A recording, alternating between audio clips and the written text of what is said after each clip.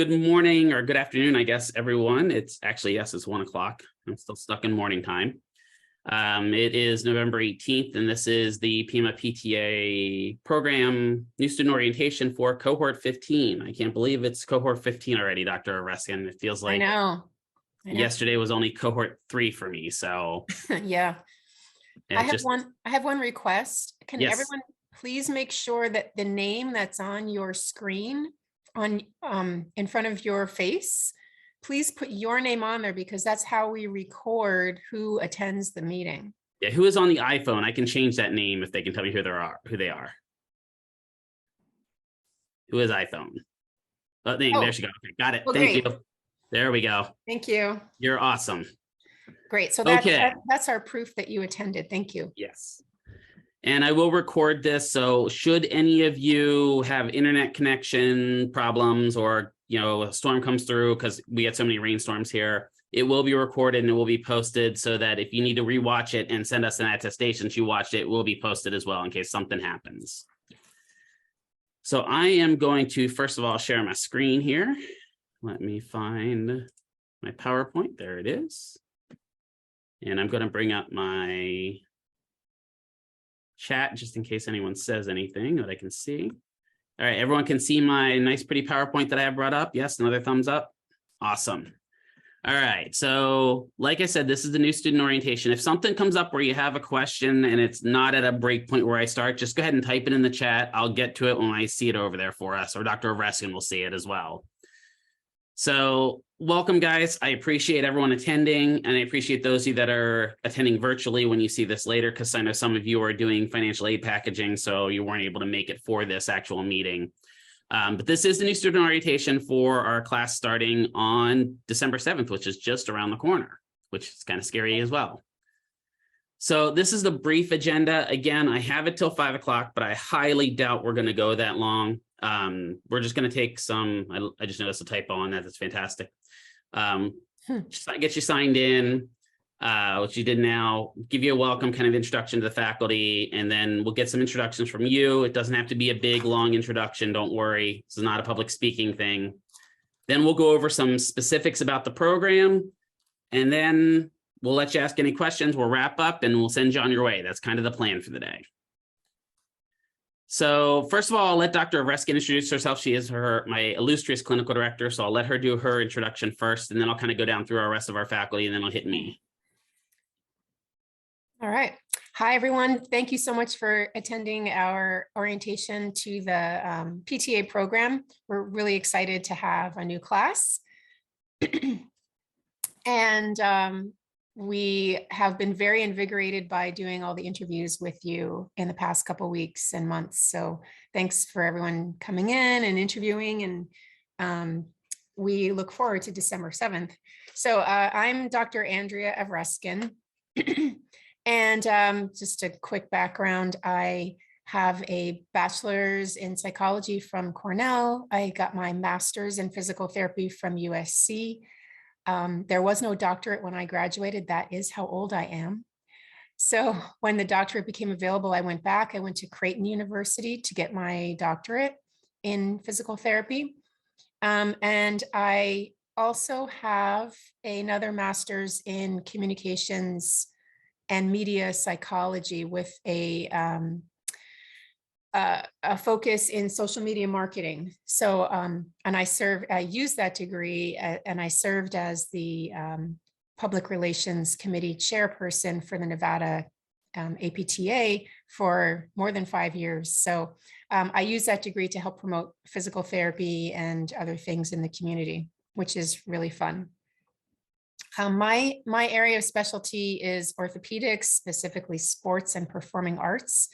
The reason I moved to Las Vegas was I got hired by Cirque du Soleil to work at the show O, which is at the Bellagio Hotel. And I was there for the first 4 years of the show. Subsequently did several other shows after that. I helped with the creation of Le Rêve. Was the opening healthcare team for that show. And then I spent 2 years at Lion King when it was at Mandalay Bay as the backstage PT. Currently, I provide PT coverage at night and on the weekends. at the Smith Center and at Absinthe, which is a show at Caesar's Palace. And so I continue with my patient care skills in a direct care setting or direct access setting. And also I am a athletic trainer, certified athletic trainer. So, and so in the program, I take care of all the clinical placements for all the practicums or rotations or externships, whatever word you want to use for them. So I get to go around and go to all the clinics, the hospitals, the rehab facilities, and meet with the staff and get contracts and then visit students when they're there. And so I'm the person who's in charge of all that. And I'll be talking more about that later. Back to you, Mr. Awesome. McKee. Thank you very much. Appreciate it. I'll pin myself now so that I can be the most important person in the room. So we have several other instructors in the program as well. Unfortunately, Friday is our typical day of rest for the program, where we're getting caught up on grading stuff. So that's what most of them are doing at this point. One of our main instructors is Dr. Jerry Ann Sokel. You'll meet her probably the first day, because usually her intro to PT class is one of the first classes for the semester. She has a specialty in working with work hardening and was employed at Ford for quite a bit of time back on the East Coast. She's from actually Ohio. We also have a lab assistant, Dr. Sunshine Arata, who is currently employed here in the Vegas Valley. You'll meet her as well the first couple of weeks. And then our anatomy instructor is Miss Corey Mallitz, who is a PT here in town who works at skilled nursing facilities. I'll let them introduce themselves, obviously, during the first couple of weeks of class. And then, of course, you have myself. I'm Mr. Keith McKeever. I am the PTA of the program, actually. So I will know what you guys are doing on a daily basis, because I've either done it or continue to do it. So I have my degrees in Penn. All my degrees are from Penn State. So I have my PTA degree, and I also have my bachelor's in psychology, focused on childhood development and test taking. So I have a kind of unique idea on what you guys are going to go through when you're taking your test. I've worked in just about every setting in PT. So I've worked in inpatient, outpatient, rehab, SNFs, you name it, I've probably worked in it. I've served as 2 different site director of rehabs. So I have some management experience as well. And then I have the unique ability that my background actually is in IT. So I'm also the program tech guru when we need help with tech stuff, because in a previous life, way before physical therapy, I served as a regional director for MCI WorldCom on the copper to fiber internet conversion, which has allowed you guys to all have high-speed internet that you have now.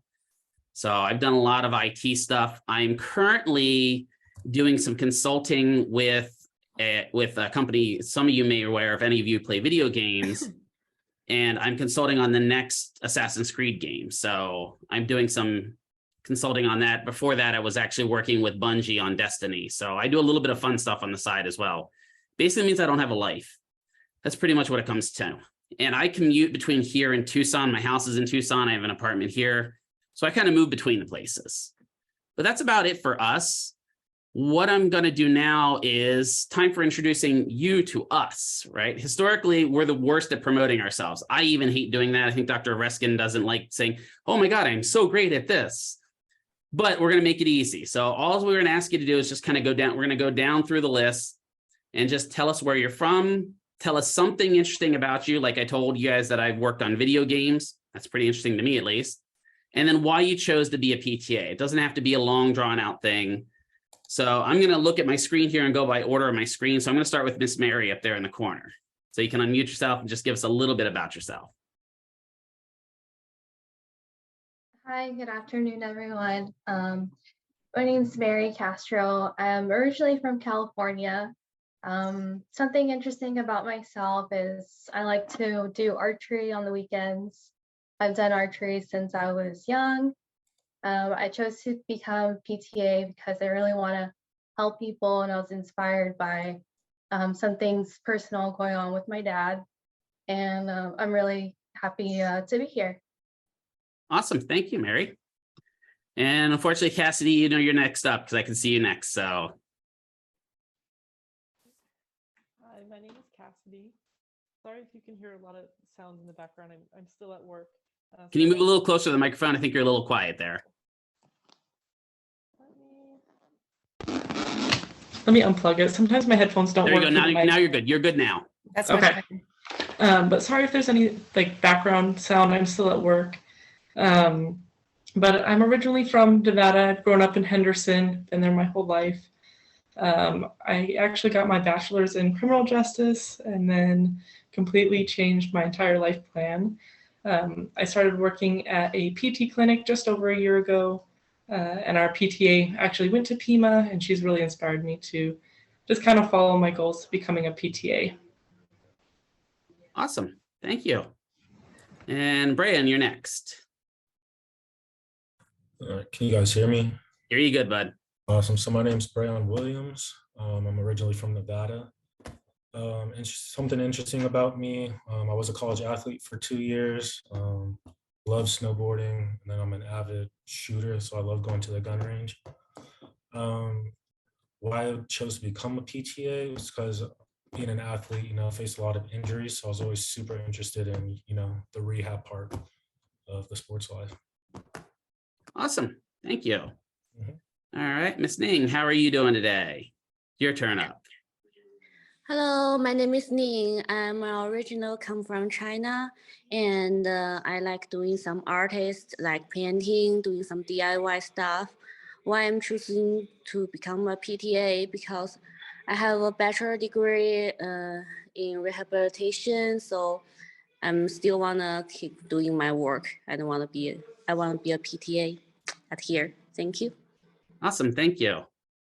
All right, Raman, you're next up. All right, hello, can everyone hear me? Here you go. You get the whole setup going on there, I see.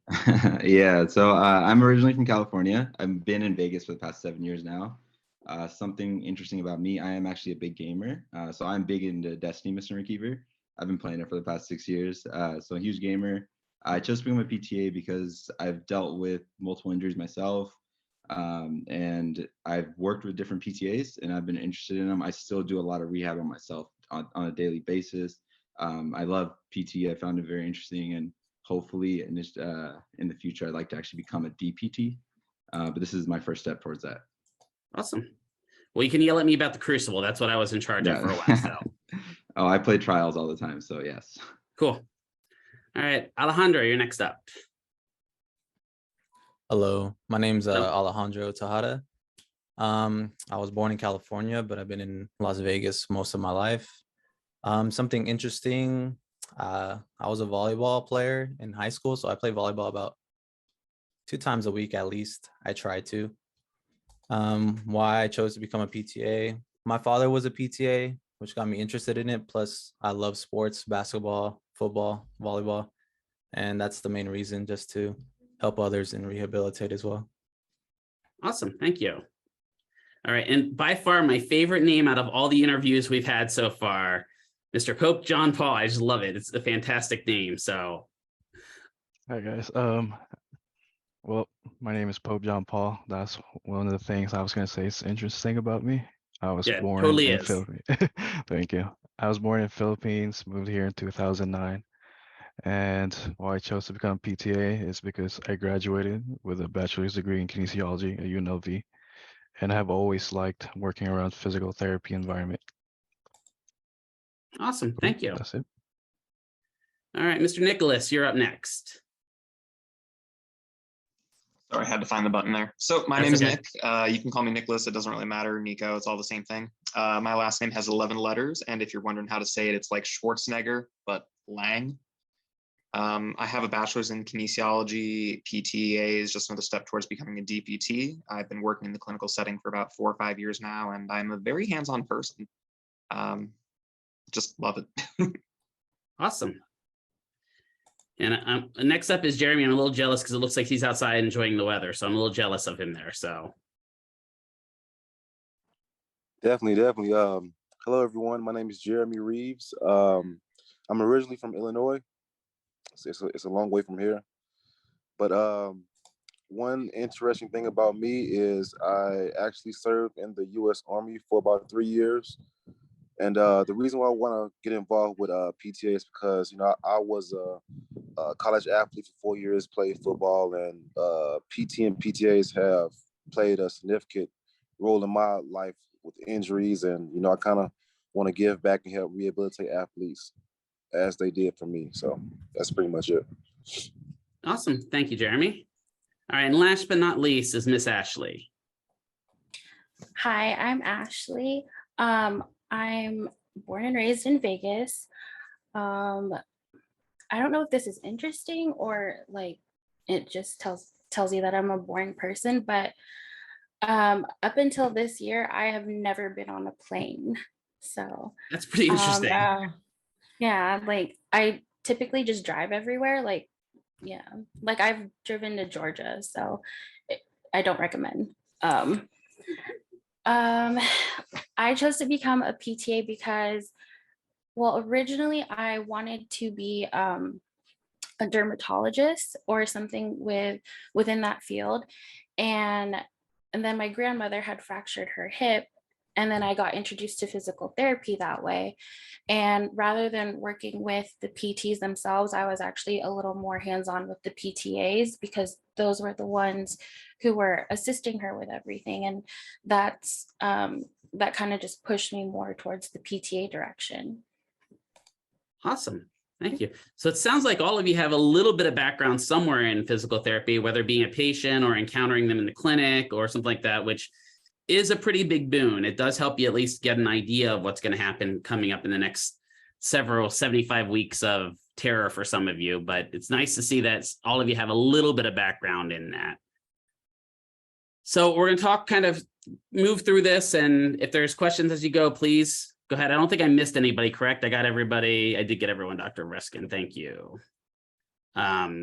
I'm going to move through this, not at a rapid pace, but we're going to get through this so that I don't have to keep you guys all Friday afternoon, because Dr. Avruskin, I like to have Friday afternoons too a little bit. So the first up is the student handbook. The student handbook is one of the many books one of the many manuals you're going to get from us. There's the student handbook, the course catalog, which your admissions rep probably already linked you to, and then the policies and procedures handbook. These are important guidelines that all accredited colleges must have and help maintain our accreditation. Just so that you guys know, we're in a unique situation being a PTA program because we are accredited by APTA, which is our physical therapy accreditor, but we are also accredited by APTA, which is the Accrediting Bureau for Health Education Schools. So we have dual accreditation. We have to meet some pretty stringent standards in order to stay accredited as a school. And I can speak from experience of what it's like to get a degree from unaccredited school where those degrees don't matter pretty much anywhere. So it's much better for the school that you're going to have accreditation, and to have dual accreditation is pretty impressive to me. The handbook will be sent out to you guys, and it must be signed off on being received for the students that when you're given it, right?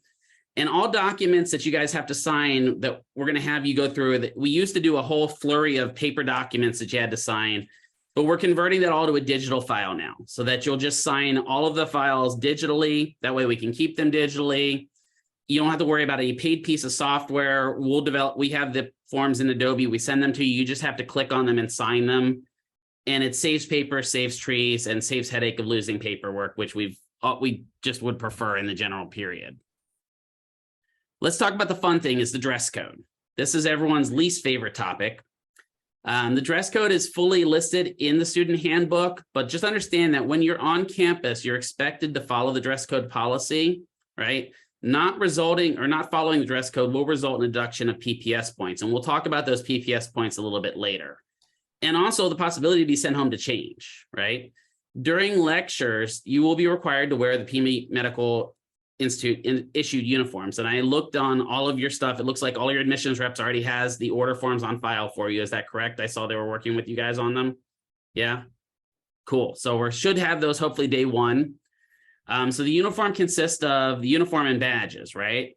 They have to be worn as soon as they're given to you. For the first day, you obviously probably won't have your uniform. So we'll talk about kind of what you should wear on the first day, which would be just a polo, kind of like what I'm wearing, and some clean khaki pants. And Dr. Ress is going to joke at me about the khaki.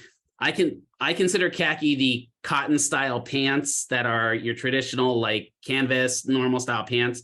Although she tells me khaki is a color, so I have to differentiate between them. The colors can either be khaki colored or black. So one of our OTA representatives peeked in. She just wanted to come over and say hi to you all. This is our OTA clinical director. Congrats. Can't wait to meet you. So she just wanted to stop in and say hi. Yeah, that's it. She heard me being too loud, so I think that's what. Style. Khaki. Okay, so she agrees khaki is a style. Thank you, Dr. Avruskin. See, I got a second. But they either need to be khaki in color or black in color, and we'll talk about that. The pants and the top should fit appropriately. That means that the pants should not drag on the ground or be worn below the hips, right? So if you bend over, we shouldn't see things we don't need to see. Or it's kind of where we go. When you squat down, everything should squat. remain, your waistband should stay at your waist. So if you need to use a belt, use a belt. If you need to get a bigger size so that it stays covering everything, then get go up one size. Because if they're too tight and you squat down, then it's going to get pulled below your waist, shall we say. Yes, that's a good way of putting it. And I like the waist term. The other thing for pants is, no external pockets. They have to be business looking, not casual looking. Right. I was going to say that no cargo style pants. So they just have to be your traditional style, like dress slack pants type idea. Dockers are obviously the style that comes to mind for everyone. That style pants, and again, either black or the kind of neutral khaki color. Hair, I don't have to worry about it. Actually, no. Hair itself should only be of natural color and be professional. Right. So no, I can't wear my hair in a mohawk. I shouldn't have, half my head shaved and the other half of my head there. Right. It needs to be professional. No pink hair, no green hair, no purple hair. It has to be natural color. Not necessarily your natural color, but a natural color. A natural color. Yeah. Yeah. I may make some exceptions for Christmas if you want to dye half green and half red, but no, just kidding. I don't make any exceptions. Must be neat in appearance. And if required by the programs we're going to talk about, pulled back.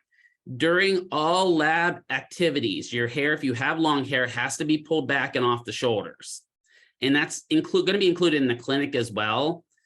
And I can speak from experience because I do wound care. I've had many students that didn't listen to that and their hair gets dipped in nasty wounds, right? And you don't want to have that happen to you, or it gets on the patient, right? It needs to be back and pulled back. No hats, no caps, no bandanas, no scarves in the classroom or school functions, please. I know it shouldn't have to be said, but I do have to say it.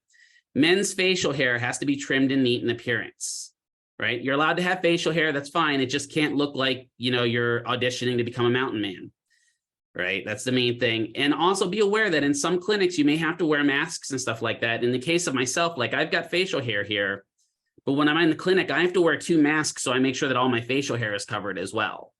So just be kind of aware of that. It has to be neat and trimmed and clean in appearance. Jewelry. This is my fun one.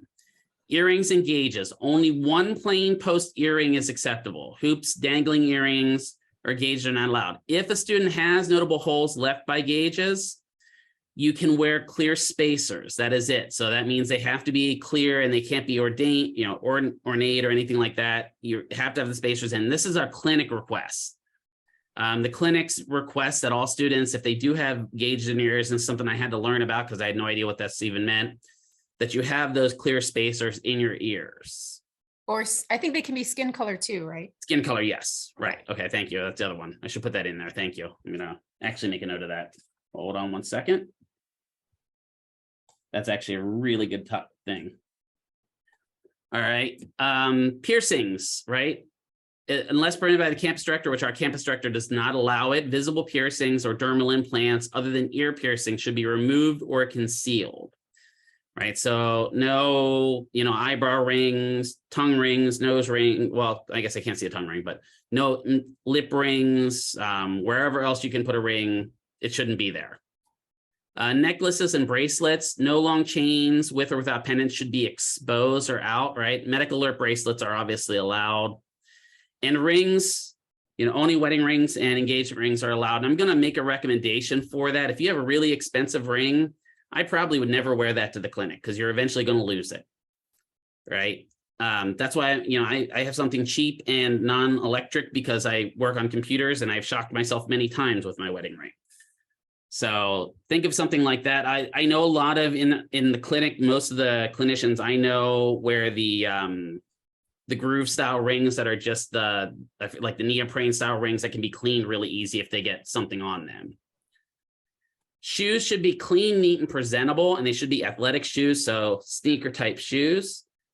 Colors can be blue, black, or white, solid colored shoes, right? Decorative detailing and laces on shoes can only be in the blue, black, or white color. What we're basically saying here is we don't want fluorescent orange shoes or fluorescent green shoes or black shoes with fluorescent green stripes all over them and stuff like that. And we don't want patterns of blue, black, or white either. Yeah. If there are details on like a Nike swoop or something like that, it has to be solid color, blue, black, or white. Hearing you say Nike swoop made my day. I'm just saying.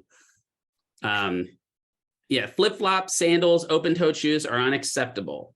We have a requirement from OSHA that we are an active lab, so you cannot wear open-toed shoes, even on like something like a dress down day, which we do have every now and then.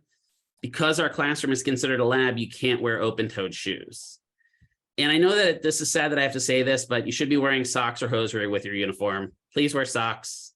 That's all I'm going to say about that, but just please wear socks. And the socks need to be solid color, blue, black, or white as well. Solid color and under the pants, not over the pants. I saw that the other day. That was weird to me.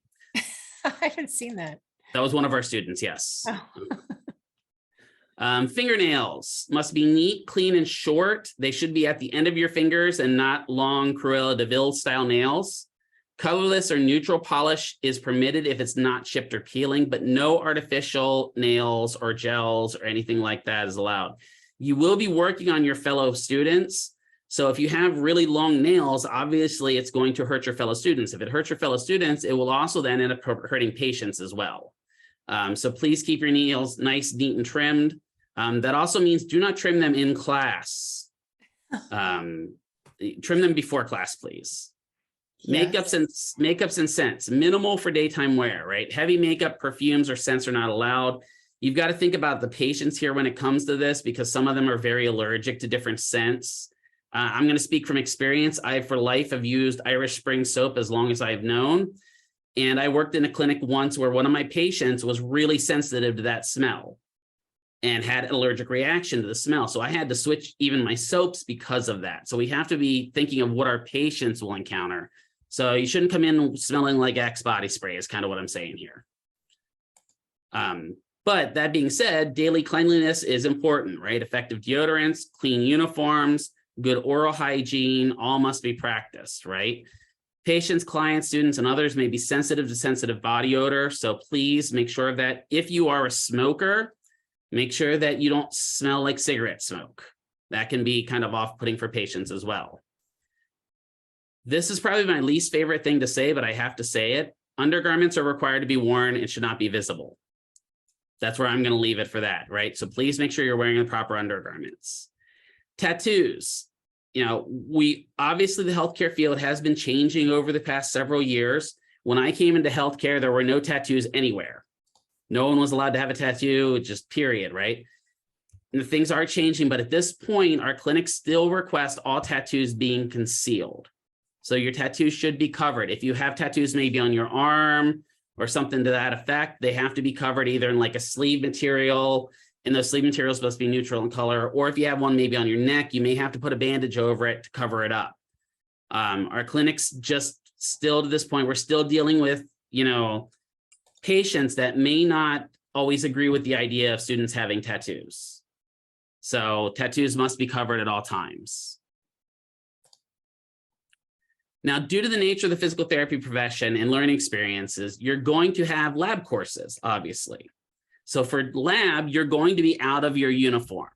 What do we expect for lab clothes? Well, gym type shorts at a modest length, right?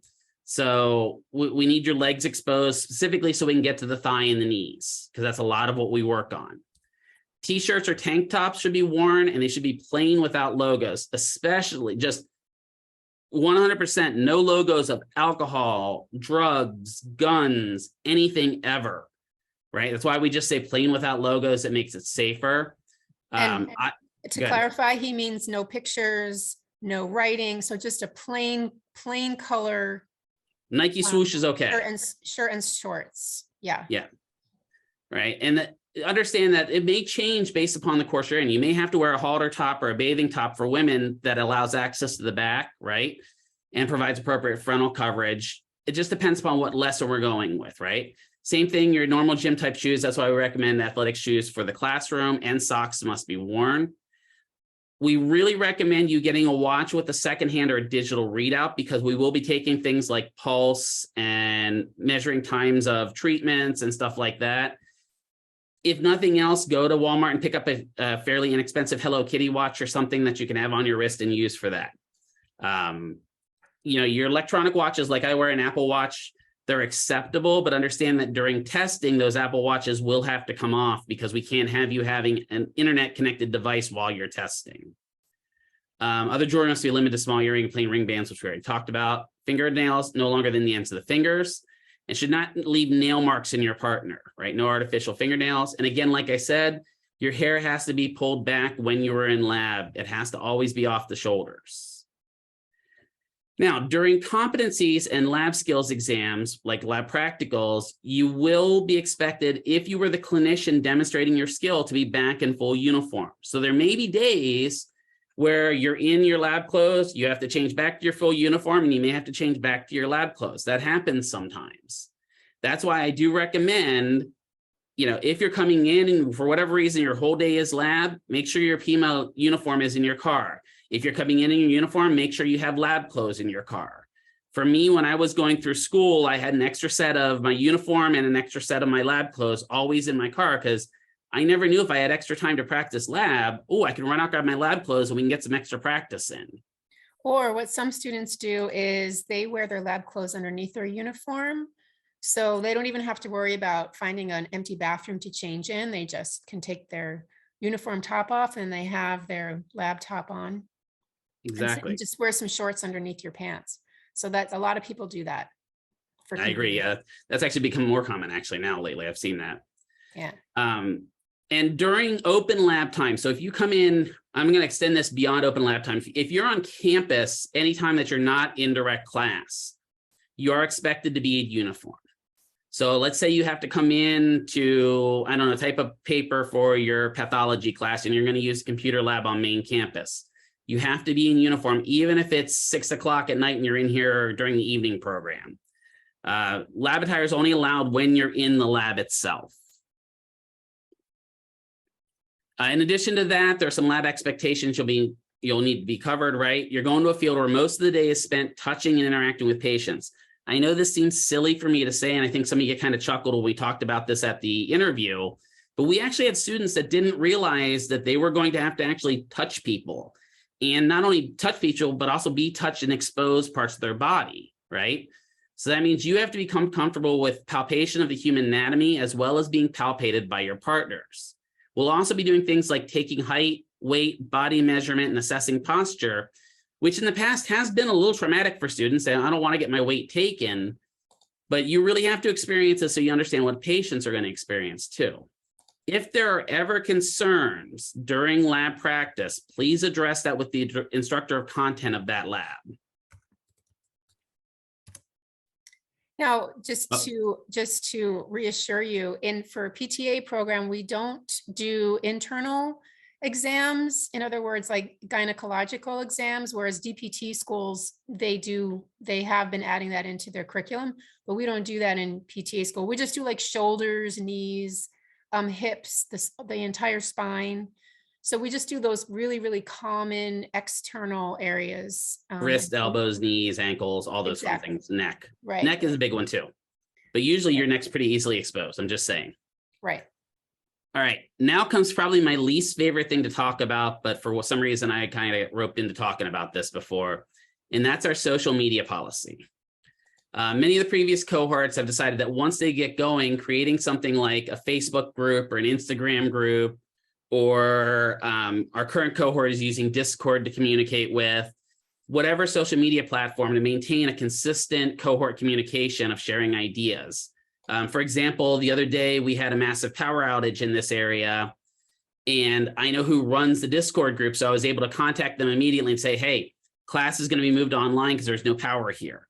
They were instantly able to send it to all the students, and all the students got the information. It just helps maintain that communication idea. That being said, no faculty is going to be assigned to monitor these groups, right? And no faculty will be assigned such a task to do that. It's on the class itself, and more importantly, we're going to assign class officers to kind of set the standard of conduct in the beginning of those social media trends. Also be aware when creating these groups, not everyone in your group may have social media. We've had plenty of people in the past that literally have had no social media presence at all. And sometimes I think they might be the smarter people to have no social media presence of late. I'm just saying. So just be aware that you have to work together to maintain effective communications. But in the past, we have had some issues arise from this. So some simple things to think about when setting these groups up, right? First of all, you're all adults. So in general, act like an adult.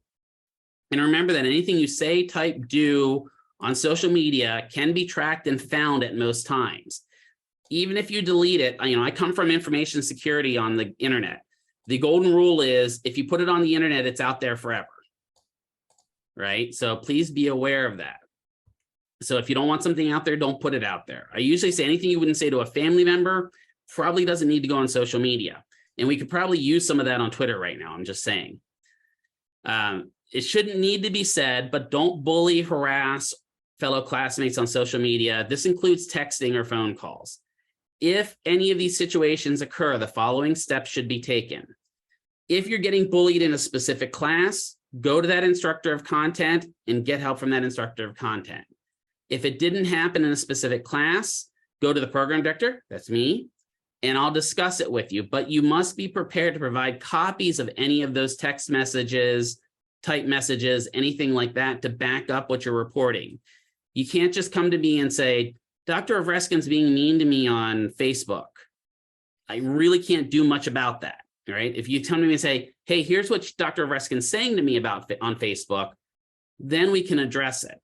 The main thing, though, is don't further a bad situation by replying to these issues, right? If somebody is going low, choose to go higher, right? Choose not to reply to that person that's bullying you, right? Good rule of thumb here again is if you're being bullied, they'll pull you down to their level. And if they're bullying you, they probably have more experience doing that bullying. So don't stoop to that level, right? It'll only make the situation worse in the long run. There is a social media policy in the student handbook that follows this pretty thoroughly, but it's just mainly be an adult. All right, parking and security. This is the fun stuff that usually happens the very first day. We do provide you with areas to park, and I'll talk about them with a map in a second. And the parking lot is patrolled by our security personnel on main campus. If there is a security, what'd say? When they're here. When they're here, yes. If not, it's usually me. If there is a security concern, immediately bring it to one of the faculty's attention. Don't attempt to address a security concern on your own. For example, we had somebody the other day that was having a medical emergency outside. The students immediately came in to me and said, hey, there's a person outside that's having a medical emergency. We need help. We called 911. We got that person's help, right? If your life or your fellow students' lives are in jeopardy, don't just come try to find us. Call 911. Get help. Right? So if whatever reason there's somebody in the parking lot threatening you and you can't get indoors, call 911, right?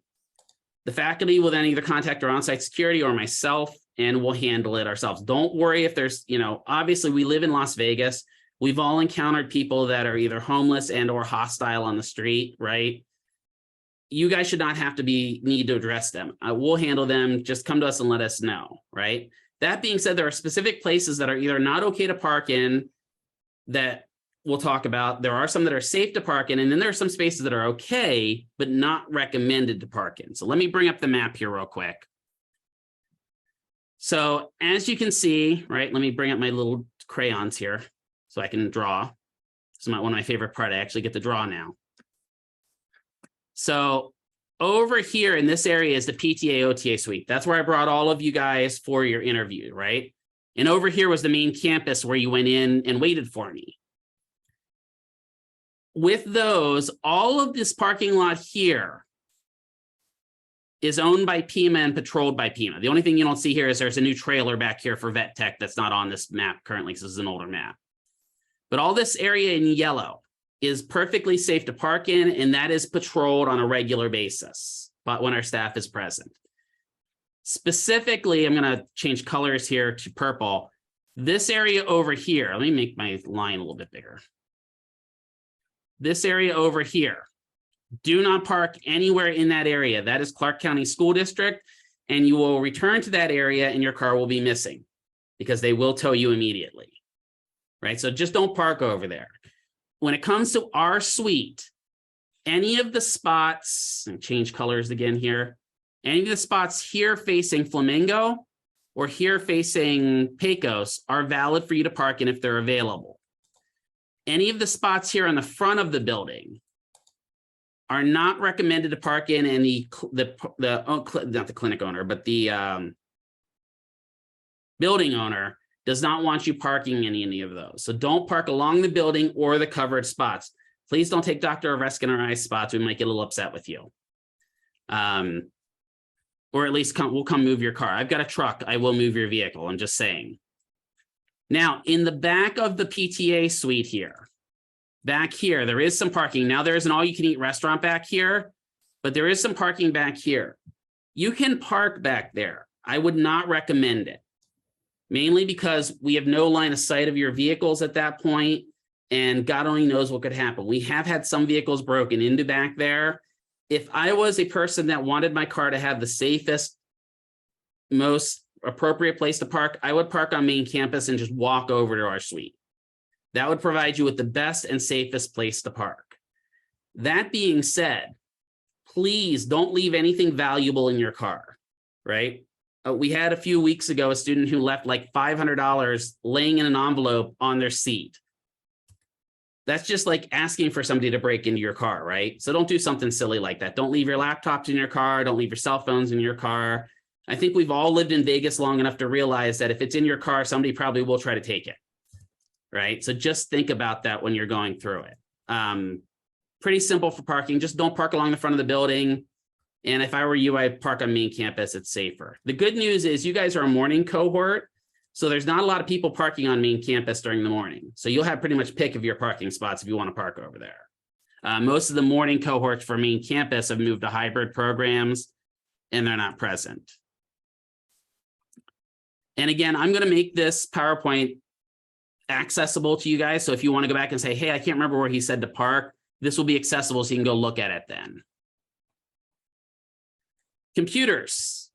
We have multiple avenues of providing you with computer access and internet access while you're on campus. In our suite here right now, we have 7 computers. We have 4 down here by the PTA program. There are 3 over by the OTA in the lobby. And I also have 2 additional computers now in the classroom. These are shared by the students and have full internet access for projects. On main campus, there are additional 3 computer labs that the students can use, providing there's not a current class in use in them, right? The computer labs here in our suite are accessible to you during your time on campus, so from 8 to 12, and then in addition during open lab period from 12 to 1. Anytime outside that, we may ask you to go to main campus just because we can't keep track of everyone that's kind of coming and going through the campus while we're teaching, whereas main campus has security for you. So the computer labs on main campus are available from 7 a.m. to 7 p.m. Monday through Friday. So let's say you get to school early one day and you need to work on projects. Main campus is open and those computer labs are open for you. Unless, of course, there's a special event like graduation. I don't know what other special events there could be, but it's something where the campus is closed. Christmas. There's not going to be any computer labs on Christmas. I'm just saying. And hopefully you guys won't be here either. That being said, this is a personal pet peeve of me coming from IT. There should never be any food or drink on the computer desk. Even myself, my soda is way over here away from my computer because invariably what happens if you have a drink near your computer? You end up spilling it on it, right? And so we want to keep our computers available to all the students. If we are in computer lab, you should not have anything on the desk that could damage the computer. So please just think about it. Right. And if you do make a mess, clean up after yourself. Right. We understand sometimes things happen. Just please clean up after yourself, even in the lobby. Student lounge. There is a very nice student lounge on main campus. So I don't know if you did. I don't know if admissions gave you the full main campus tour, but in the very back of main campus, there's a student lounge with couches and tables back there for you to study. There's a resource room back there with some library material in it. And it's an area designated for you to congregate, meet, and study as you need when there's not normal class hours, right? It also, just to let you know, I know everyone here is going to be so tempted to go next door to Terrible's and spend all your money at Terrible's on junk food there. But just to let you know, this is a little secret, the vending machines in the student lounge are actually cheaper than Terrible's. So it may be a little bit longer to walk over there, but it could save you a little bit of money if you just want, like, I don't know, a pack of chips or something like that in the long run, right? So just be aware of that. Plus you get a little bit of exercise for that snack and beverages. Before anyone asks us, there is no microwave accessible to the students in the PTA OTA suite. We did that once. We will never do it again.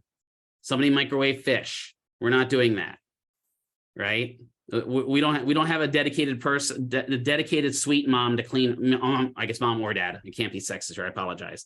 To clean up the microwave. So please, no microwave access in the PTA suite. There is one over on main campus in the student lounge. Whew, I need to drink here real quick. Okay. We actually are going to finish early, Dr. A. The APTA. So how many of you guys are aware of what the APTA is? Just raise your hands if you are. Do you know what it is? A couple of you? Okay. The APTA is the American Physical Therapy Association. This is our professional organization that helps guide us through our profession and kind of helps us through the tumultuous waters of healthcare in the United States. It's not easy providing healthcare in the United States. We all pretty much know that. You've probably known that going to the doctor. It's not always easy getting in to see the doctor, right? So we have two main kind of bodies that govern us as PTAs and PTs. We have the APTA, which kind of sets our bylaws and the ideas of what our profession should be. And then we have our state boards that set our laws that exist. They tell us what we can and can't do. The APTA makes a lot of their recommendations to the state boards on what needs to be changed and what doesn't need to be changed. It is entirely funded by dues and donations of its members, right? The dues and donations also provide for political action on behalf of the PTs and PTAs nationwide, providing us with a lobbying arm to help maintain legitimacy in our profession. I'm going to use something recently that happened for an example. The APTA, there was a Medicare cap that was restricting us in treating patients 65 and older. The APTA petitioned Congress with use of our dues and donations to extend the Medicare cap and allow older folks to have more access to physical therapy. Those dues that we provide the APTA helped us get that Medicare cap repealed. That's really important. That being said, it is not required for students to join the APTA upon entering the program, but it is highly recommended. By joining the APTA, you'll have access to a wealth of resources, including the research section, which may be helpful when you're writing projects or papers for your instructors. It also allows you to participate in hosted events by the Student Special Interest Group, which is a group of students from all the programs in the area that host things like mixers, socials, student study sessions throughout the year. For example, this weekend, there's a thing going on over at UNLV called Rehab Games. And basically all of the student PT and OTA and PT and DPT and OTD programs are getting together and having like a little, I guess, wheelchair race. I don't know what they're all doing, but they're doing different types of skills that PTs, PTAs, and stuff like that would do.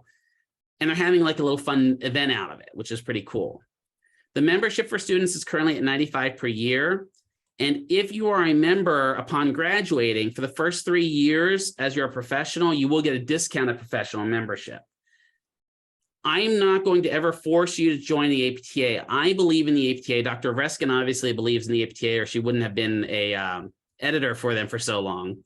But I believe totally in their mission as far as making sure that our profession is protected, right? And they do support us at the national and at the board, the local board level. So I really recommend you joining them, but we do not require it. Do you have anything to add about the APTA, Dr. A? No, I think you've expressed it all. Okay, we are flying through this. I love it. Yeah. Attendance policy. Attendance is probably the most paramount thing you can do to your success as a student. The more classes you miss, the further you fall behind in your studies and preparation. One day is 100% mandatory. Your first day of classes is a mandatory day, or you give up your seat and I'm going to have to pull somebody from my wait list. Please don't do that. Don't make my job harder. And plus also don't make it your job harder, right? Just show up for the first day and all your days if you can. Attendance is also required for receiving your financial aid. The policy is pretty simple. Attend and don't miss class, right? If you do miss class, there are specific rules you have to be made aware of. If you miss 5% or more of your class, your instructor of content will be contacting you and advising you of verbal warning for your attendance. If you miss 10%, your instructor and me will be sitting down with you, and this is a hard written warning. The reason for this is this can affect your financial aid, and we don't want that to happen. At that point that you're on a warning, any other violation of procedure may result in termination at the program director's discretion. If you miss 15% specifically or more of your classes, your financial aid is now in jeopardy, and you may cease to receive financial aid for the rest of the semester, possibly subsequent semesters, especially if you're a VA student. The VA is very, very stringent on making sure you guys are in class, right? In addition, you're subject to termination potentially if you miss more than 15%. So basically, just don't miss class if you can. Does life happen? Absolutely, life happens, right? Are there going to be days where you might be late? Sure, this is Vegas. Dr. Avruskin and I both drive in this city. We know that sometimes traffic can be a bear, right? So plan a little bit ahead, especially for the morning commute, because I'm going to be honest, that morning commute is a little bit rough, right? Especially if you live in somewhere like Summerlin or something like that, or up north where you're coming down the 95 or the 15. It can get a little bearful in the morning, right? So just plan in advance. But that being said, try to be present as much as you can. We care about you and the health of your family, obviously. So there's certain instances where absences may be fully excused. Death of immediate family members, right? If you have a death in your family and it's an immediate family member, those absences may be excused with appropriate documentation to the program director. Or if you have a hospital admission or emergency room admission, obviously, I'm not going to be expecting you to come in here with an IV bag attached to your arm, right? Again, you have to provide appropriate documentation to the program director. Any other days that you're going to be late or miss, you must immediately email your instructor of content and carbon copy the program director, again, me, on this email. The reason why I'm suggesting and I'm saying you must email both of us is because let's use Dr. Avruskin's teaching the class. She may be in the classroom at that point and not have access to her email. And then you email in saying, I was in a car accident, I'm not going to make it in today. She may not see that till later, and then she's worried about where you are. Whereas I may see that and come in and be able to tell her, hey, Joe Schmo is going to miss class today because they were in a car accident. Failure to contact may result in further professionalism points as well as attendance points being deducted from you, right? Note these attendance guidelines are for when you're in class and on campus. Dr. Avruskin is going to talk about specific guidelines for clinical rotations, and for those, there's almost no excused absences all allowed for those. You must be at your clinicals when you need to be at your clinicals. Just as a kind of an aside to this, if you do miss a class and it is not considered one of the excused absences, like a death in the family or hospital admission, and there is a test, that test or assignment will have a deduction of 10% of the actual score of the test. So it's really important that you attend so you don't miss those, at least, if nothing else. With regards to COVID-19 specifically, if you develop any COVID-like symptoms, you should feel comfortable remaining out of class to keep from spreading your potential infection to your fellow students and instructors. This was a lot more important during the early days of the pandemic, obviously, but we want you guys to know that we do care about your health, right? You should notify your instructor of content for the day if you have COVID-like symptoms: fever, nausea, sore throat, vomiting, shortness of breath, respiratory distress, cough, runny nose, stuffiness, headache with other symptoms, loss of taste or smell, and advise me, the program director, right? We want you to make sure that you are safe and you're also keeping your fellow students safe. And I hate to say it, I'm going to be a little bit, conceited here. Protect us as well a little bit. That'd be nice. Right? Following a bout of COVID-19 symptoms, we do request that you wear a mask over your mouth and nose for 10 days. And we do provide you with masks. So if you come in and you're like, hey, Mr. McKeever, I'm having some sniffles today. Can I have a mask? We have plenty of masks in the back for you. We will provide that for you, right? We just want to make sure that you're keeping yourself safe and you're keeping your fellow students safe. I really wish more employers would have ideas like this, right? I'm sure we've all worked at a place where if you tried to call off sick, you were expected to find your own replacement, and good luck finding that replacement on a short notice, right? Have we all kind of worked somewhere like that before? It's loads of fun. Our goal is just to make sure that, we do respect you. And, if you're sick, be sick, right? But understand it's your job to make up that material then. We're not going to be there to spoon feed you that material. Yeah, and again, we can't reteach an entire class right to anyone who's been absent. We'll give you the materials and you can ask your classmates for notes, but the faculty simply can't keep reteaching the same class over and over. Right. And if there's a lab, say, that was scored for that day, say you missed Monday and there was a lab in my class that was scored, it will be on you to make up that lab. So you'll have to come to me and say, hey, Mr. McKeever, I know I missed Monday's lab. Can I make it up on Wednesday during open lab time? And we'll work with you on making it up, right? So that you still get points for that lab, but understand stuff like that. But if it's something like a pop quiz and you miss a day, unfortunately, guess what, folks? Pop quizzes are not made up, right? So just be aware of that. And again, like I said before, these are the guidelines while you're on class or in class and then on campus. Dr. Avruskin will go over specific clinical ones as well. Grading, because this is the most important thing because you want to graduate, right? I assume you're all just here for fun, right? That's all you're here for, not here to get a degree. Grading is important. PM Medical Institute, specifically the PTA program, does not award just pass-fail grades, right? Or award extra credit. So there's going to be no extra credit, guys, just to let you know. Don't come to us at the end of the semester and be like, what can I do to get some extra credit? Doesn't exist, right? The grade classification is a little different than your traditional schooling here. We follow, I forget what the term is for this grade system, but there is a specific term for this specific grade system here. I learned it way back in school. But the grades for the courses are completed and attempted and recorded on the student's permanent record in Portal. An A is 93 to 100. A B is 85 to 92. C is 77 to 84. A fail is anything under 77. It should be equal to 70. It should be under 77. I got to correct that. Anything under 77. And I know the general question I get here is, well, what if I'm at a 92.5? The system does round you up. Don't worry. But don't expect that. Try to get a 93. That would be my answer to that. Anything under a 77 is a fail. So don't try that, right? I know some of the students joke about, well, C's get degrees. In Penn State, it used to be D's get degrees. Not here. There are no D's, right? Try your best to be, the highest grade you can be. But understand, I want to also stress this really quick, because when I went into PTA, I'm going to be openly admit this. I was Mr. Perfect going in. I was the perfect 4.0 student. Nothing could shake me. I was the best student ever. Honest, I'm still awesome. But I went into my class thinking I knew everything.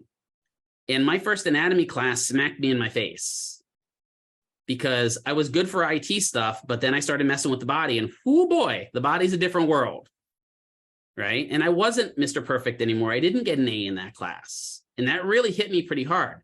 Understand it's okay to not get an A, right? I understand not being satisfied with not getting an A, but understand it's okay to not get an A. You should always shoot for an A, right?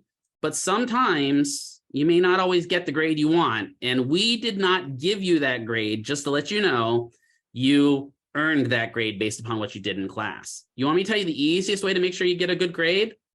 Show up for class, do your homework, study for tests.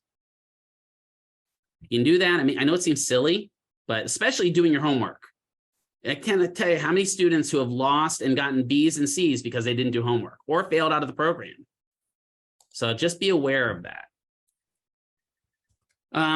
Professionals of standard points. This is something that is specific to PMI. We have this thing called PPS, or Professional Performance Standards. It is a required component of all course grades for all on-ground courses. Do clinicals have PPS, Dr. Avruskin? I can't remember. Yes. Okay, so I should change that to all courses then. Sure, yeah. Yeah, okay. So PPS is a living document that requires frequent monitoring.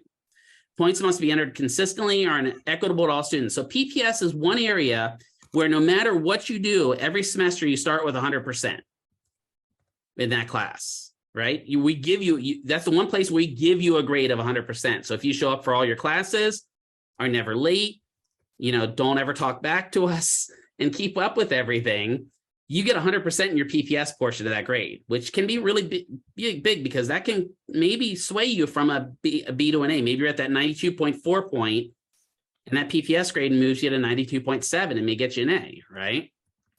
The students will be notified once the total points deducted exceeds 20 points or in any significant deduction. So this next page kind of looks at what the PPS talks about.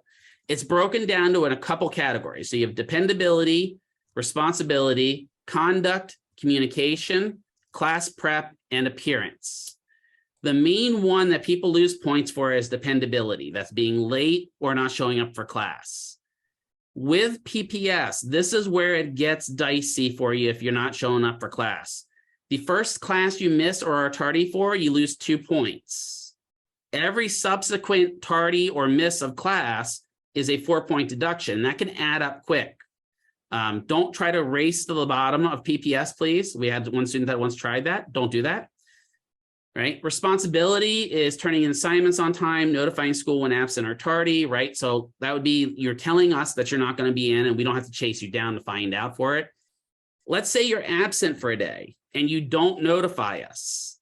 We can deduct points from both dependability and responsibility, and we should deduct points for not notifying us, right? So that means you could, and that day you could lose a ton of points. Maybe it's your second time for both. You could lose 8 points for that really easy. Don't do that. Conduct, examples of appropriate conduct, it means having a positive attitude, accepting constructive feedback, cell phone usage, no food or drink in the classroom, only in designated areas, etc. Right? I'm not expecting you to be a happy, smiley person all the time, right? But having a positive attitude goes a long way. Feedback, you're not always going to want feedback. Sometimes the feedback you get is not going to be what you're expecting, but that's part of growing, right? And cell phone usage. We're all adults. Again, I'm going back to that.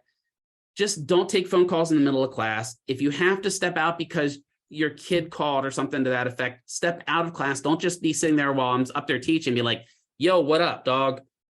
Right? Don't do that to us. You know, don't overtly try to hide that you're using your cell phone either, right? I've had students many times, I'm sure we've all seen this in class, where they've got it down under their desk, right? Nothing on your legs is that exciting, I promise you. I know that you're using your cell phone. I personally prefer that there's no cell phone usage in class, and I know Dr. Avruskin feels the same way. I'm not going to yell at you if you get a text message as long as it doesn't disrupt my class, right? But don't be using your cell phone in class unless you're using it for maybe researching something or putting something in, right? Honestly, when I was in class, my cell phone was in my bag the whole time. Right there, you will get frequent breaks every hour. So if you need to make a phone call, you can make that call on the break, right? Communication is involved with working in groups, participating in group discussions, activities, expressing ideas and opinions, either verbally or written.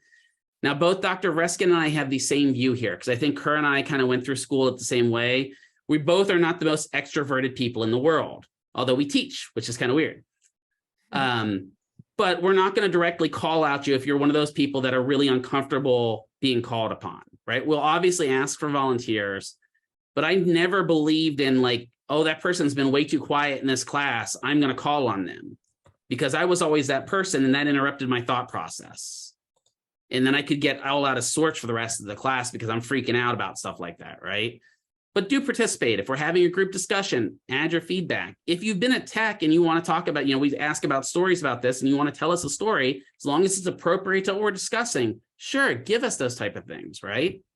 So just kind of participate in class. Class prep is bringing your textbooks, your materials, your lab clothes, turning in your homework assignments, study guides, anything to that effect. And then appearance is exactly what we already talked about, right? Following the dress code, maintaining personal hygiene, having your ID badge visible when on campus, and also when you're in the clinic. So please, they're pretty simple, right? It's not that hard. Again, most of it's being about being an adult. Are we doing okay so far? No one's, all right, so we're all holding together. All right. I'll add something. Sure, go ahead. You were mentioning if you're a PT tech, sharing stories in the classroom. I actually would, if you're a PT tech, you need to leave that all behind when you walk into the classroom. You're going to be learning different skills, a different way to think about things, and you need to really not bring your tech work with you. You're going to be learning things that will supersede everything that you should have or legally been allowed to do as a PT tech. So I want you to be in that mindset that you're going to be literally learning concepts that you didn't know, or you didn't know how to apply them. And so we don't want you to think like a tech. We don't want you to add on to your knowledge as a tech. We want to reform you from the ground up to be a licensed clinician. And that's going to be a different mindset, different skill set, and a different scope, and you're going to have a scope of practice that you didn't have to, things that you didn't have to think about when you were a tech. Yep. Okay. You're relating this back to like physics, because I teach physics, is I think of things like Newton discovering gravity or coming up with the theory of gravity. As we understood it back then, well, then Einstein came along, came up with a new theory of gravity, right? Now, Einstein's gravity didn't destroy Newton's theory of gravity, but what it did is it really built upon it and taught what gravity really was. Well, that's what you guys are going into if you've been a tech before, is you may have done things before, but now you're going to really be learning the why of why you do things. And that is far more important than just going and slapping some pads on a patient. It's really important that you understand that. And that's kind of you're being taught the skills of it. All right, here's another one of my favorite ones to talk about, because this just seems, again, we're adults be an adult, but I have to talk about it. And that is the drug, alcohol, and weapon policy. PEMA has a policy of maintaining a drug-free and alcohol-free school atmosphere. All students and employees are hereby notified that the unlawful possession, use, or distribution of drugs and alcohol is prohibited in the institution's premises during school-related tasks or functions. Excuse me. The premises are defined as all school property, including building interiors, exteriors, common areas, sidewalks, parking lots, even your vehicles parked on the parking lot, as well as desks, cabinet areas, storage areas, and we'll talk about the weapon policy coming up here in a bit. That even extends to when we're out on, maybe the APTA is holding an event over at the practice rink for the Vegas Golden Knights. We've had that before. If students are present and students are having a drink, no faculty can be present during that time. Right? So if we have an event like that, you'll often see that I'll show up at the event, I'll make sure you're all there, and then I will exit stage left rather quickly. Obviously, there's reasons for that, right? But think about that, what kind of a presentation you want to make for people, right? You don't want to be that person that's constantly doing stuff that is bad for this, right? Marijuana is something unique here in Nevada, obviously, and it's getting more unique everywhere. Marijuana is decriminalized in the state of Nevada. Understand, it is still federally illegal, right? So it is still a Schedule I drug as far as federal government is concerned, but it's decriminalized here for small amounts in the state of Nevada, right? That being said, in the medical field, any use of marijuana is prohibited as it puts a patient's safety at risk, right? You are not to use marijuana during your tenure in the PTA program, even if you have a medicinal marijuana card, right? Even be careful with CBD products. I know several of them say, promise you it contains 0.0000001% THC. They still contain THC, and that can pop you positive on a drug test, right? There are no regulations on the CBD industry right now, and that could possibly cause you to fail out of the program if you get a drug test and it pops positive. Or if you're at a clinic and the patient falls, you will be drug tested. So just, for the time being, leave the pot on the stove and not use it during the clinical period, right? You will be subject to random drug testing during the program. So be aware of that. And during clinicals. And in clinicals. And if we suspect you of using any drug whatsoever, we are within our rights to request a drug screen on site. So be aware of that, especially at the clinicals. I know for a fact clinicals can request it on site. Does that mean that certain clinics in town aren't okay with it? No, but there probably are some clinics in town that are okay with marijuana, but there are definitely those that aren't. So you have to think of working towards that highest stringent policy. I will say, I have never heard a clinic say they're okay with that because Right. they all know it's a safety issue. And that if something happens between you and a patient, they could get sued if your drug test is positive. And so Right. you could get sued as well. And just be aware of this. And I don't know how many of you guys are aware of this, but with the Las Vegas Police Department, some of those police officers are with Homeland Security. I don't know if you're aware of that, but we have Port Authority departments with Homeland Security. If they wanted to, because they are under the federal government, they could arrest you for even a small amount of marijuana because it is still considered federally illegal. Now, is that likely? Probably not, right? But it is possible because it is still federally illegal. And don't get me wrong, we will talk about, when I talk about, pharmacology and all that, we'll talk about the why this is criminal and stuff like that later. It doesn't matter what my personal opinion is on it. What matters is what the policies of our clinics and our hospitals have. And that is that it's not allowed in our field, right? And that includes other stuff too, right? Methamphetamines, anything like that. That's a really good point to bring up, Mr. McKeever. Thank you for bringing that up. If you are on any drug or even prescription drug that may pop positive on your background, say during a random drug screening, you will be required to provide a copy of that prescription, and those levels must be within pharmaceutical levels. If maybe you're on ADHD medication, that ADHD medication is really nothing more than methamphetamines. They can measure acceptable levels and see if you're taking them at the appropriate levels or not taking them at the appropriate levels, and you must have a valid prescription for them. We strictly prohibit the use of firearms and weapons on all campuses other than police officers or military personnel on active duty. I don't know why an active duty military personnel would be here, but they can have weapons, we can't, right? No person, including licensee, may possess firearms anywhere on campus, whether in the buildings or on the grounds. This prohibition extends to school-owned and school-controlled properties. I myself have a concealed carry permit. I'm sure that one of you said that you enjoy shooting, and you may have a concealed carry permit as well. The gun can't even be in your car. Just be aware of that. So when you're on school, I leave my firearm at home. Again, this is not what my personal opinion is on this. This is just the rules and the way it is. And most of us that have licenses understand that there's going to be places that you can't have this. In the hospital, just to be aware, I know that all hospitals in the Nevada Valley do not allow weapons on their campuses. So you can't even have it when you're on site at the hospital. So just be aware of that. That extends to things like extendable batons, knives, mace, stuff like that. Just be aware of that. One of the previous schools I was at allowed the students to carry mace because they were walking across campus, and we had an accidental discharge in the classroom. That was not a fun day, right? So please just leave that stuff at home. That's all I'm saying. Anything to add, drug or alcohol, Dr. A? I don't think so. We are really flying through this. This is good. I love this. Yeah. All right. So just so that you're aware, there are going to be other anticipated expenses that do not fall under your tuition. And Dr. Avruskin may talk about some of that with clinicals. She kind of mentioned that if you're out doing long distance clinicals, there may be some expenses with that. But these are kind of in addition to that.